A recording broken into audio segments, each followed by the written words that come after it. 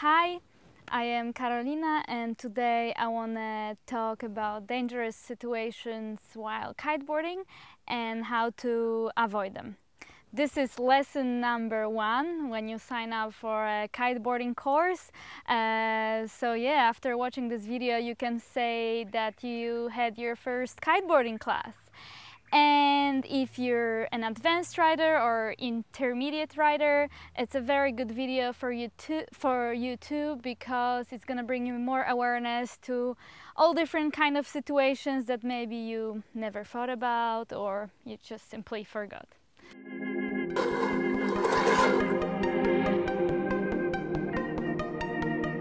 Let me begin to say that kiteboarding is for everyone. Almost everyone can start kiteboarding. Men, women, young people, older people, even kids. There are videos showing a 2-year-old kid kiteboarding as well as 70-year-old person kiteboarding. There's no limitation to start kiteboarding. All you need to do is confident at swimming, don't be scared of open ocean, and you're pretty much ready to go. So let's talk about dangerous and extreme sport. As you might heard, kiteboarding is always connecting with these two words, and it's because when people hear about kiteboarding in general, most of the time it's something extreme or some accident that might happen to people, and that's how you hear on TV or most likely online. You cut your eyes, kiteboarder died. And actually a few years ago in Germany someone did a research, and his name is Christian Warburgen. Christian Warburgen did a research a couple years ago how dangerous kiteboarding is. And his results, his study, as I'm gonna link in this video below, his end result of the study was that there are 7 injuries per 1,000 hours of kiteboarding, and that means that kiteboarding is not that dangerous compared to other sports like soccer that has 19 injuries per 1,000 hours of practicing, or American football or other sports. So turn out kiteboarding is not so dangerous in his research, but that doesn't mean that kiteboarding is not dangerous. And yeah, I've been kiteboarding for more than 14 years, and I did had few pretty dangerous situations.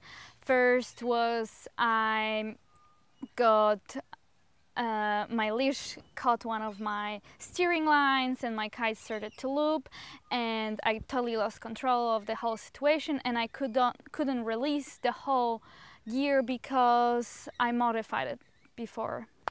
And so I was just literally waiting for kite to stop pulling me. And lesson learned from this: well, modifications, you're doing it on your own risk, as well as, you know, gear.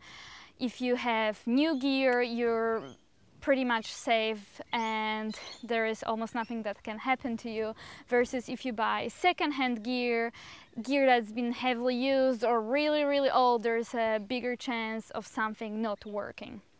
So also pretty good tip here: check your safety system before going out, or when you bought a new gear, learn how it works. So if you know how it works, it's gonna be easier for you to just use it. You know, when you have a tough situation, you'll be like, oh my God, what do I do now? No, you don't think that. Something bad happens, you release, don't think. So pretty good tip here to learn how to do it. Try it a couple of times at the beach. Another pretty bad accident that happened to me was in a really windy on a really windy day, and as I'm an advanced rider, I was obviously going to kite on that day, and the wind was onshore, and while my kite was being launched, one of the lines snapped. And the same story, kite started to loop, and I was lucky enough there was a little bush next to me, so the whole kite wrapped around it and nothing really bad happened to me. And this is again a story about the gear and safety. So that was many years ago, and definitely since that time till now gear improved. But this is also the thing about buying second-hand gear. If the gear is heavily used, there's a bigger chance of something not working or breaking way easier than if you had brand new gear. And yeah, these are my stories. And through all those years that I've been kiteboarding, I've seen more. I've seen accidents. I've seen bad things happen to people. I have not seen any deadly accidents. Most of the time, I see my fellow competitors getting injured, like sprain their ankles, injuring their knees or shoulder. Even me, I had some injuries, but obviously these are connected to the fact that we are professional athletes, that we expose our bodies and do tricks that are really dangerous and difficult, and we do it very often, so our bodies sometimes just can't take it anymore. But that's a normal when you're a pro athlete. I've also seen accident happening at the beach, and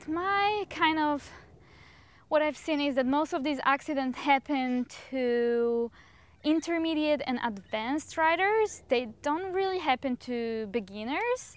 And I think this is something to bear in mind, is that even though you think you're intermediate or advanced rider, you've been riding for a couple of years now, it doesn't necessarily mean that you're free of accidents. Actually, the opposite. If you actually have been kiting for a while, you are in the group that is most likely to actually get injured or hurt. And so how do we avoid those dangerous situations? You know, as kiteboarding is a great sport for everyone, you know, it's a really good idea to learn how to avoid these situations. So first of all, if you are a new person to kiteboarding, first thing, sign up for a kiteboarding class in a legit kite school. That's definitely the best idea for you to get a proper training, learn everything about kiteboarding, not only the dangerous situation like we're doing just now. On a proper kiteboarding course, you're going to learn everything about the gear, obviously safety and this location, the weather, the wind. You know, a lot of new kiteboarders, they don't even know the wind can blow from different directions, and that the wind, we can measure the wind with the speed. Like for a kiteboarder, it's a pretty obvious situation. Yeah, today it's 20 knots northwest wind, and yeah, everyone knows what we're talking about. But if you're a new person, you might not know what I just was talking about. So kiteboarding course to learn all the basics, and then you're gonna obviously learn how to go along. Also, if you find this kiteboarding school, it's really good to stick around, and just when you can go on your own, you sign up for rescue, or you know, you'll know people from the kiteboarding community to help you launch your kite and help you when something goes wrong. And it's highly recommended to kite with someone at all times. Never go kiteboarding on your own. It's actually really dangerous. There's so many things that can go wrong. You know, your kite can fly away, you can lose your board, the wind might drop, and you rather want to have someone to help you out, or at least know that you're out there. So if you feel like if you're there on your own for some reason because all the other riders came in, you know, it's a good idea to tell someone that you're kiting, that you're gonna be kiting slightly longer than everyone else, so they know you're out in the sea. And another thing, if you want to kite close to kite school, it's also good to avoid places where the people are actually learning kiteboarding, because these people don't know how to kiteboard, and it might cause an accident. You know, we don't want that. Also, you have to remember at all times that we are dependent on weather, on current, on the waves, on the open ocean, and you have to respect that. The weather is really unexpected, it can change like this, and you know, it's not always causing like dangerous situations, but sometimes causing like uncomfortable situation where your kite drops off from the sky and you have to swim back to the beach. I mean, you know, if your fitness not good enough, you might struggle to do that, and if you don't know the currents in the water, you also might have a bit of a problem. Very often we rush to the water because we're driven by emotion, adrenaline, and these actually situation cause the most issues because we don't come to the beach and think, okay, today is 20 knots, I need 8-meter kite. I don't know if my skills are good enough because the wave is too big for me or because there's no one kiting, for example. So it's really good idea to come to the beach, stop for a bit, think, and you know, just assess the conditions. So if you're a beginner and the wind's too light, I really recommend you to just launch a kite or even get a trainer kite. So when the conditions are not suitable for you, you're just gonna practice flying kite, and this is very important for you to learn that, you know, flying your kite with your eyes closed like this, it's what you want to achieve. You want to feel every vibration, so it'll be easier for you to assess if the conditions are good or not.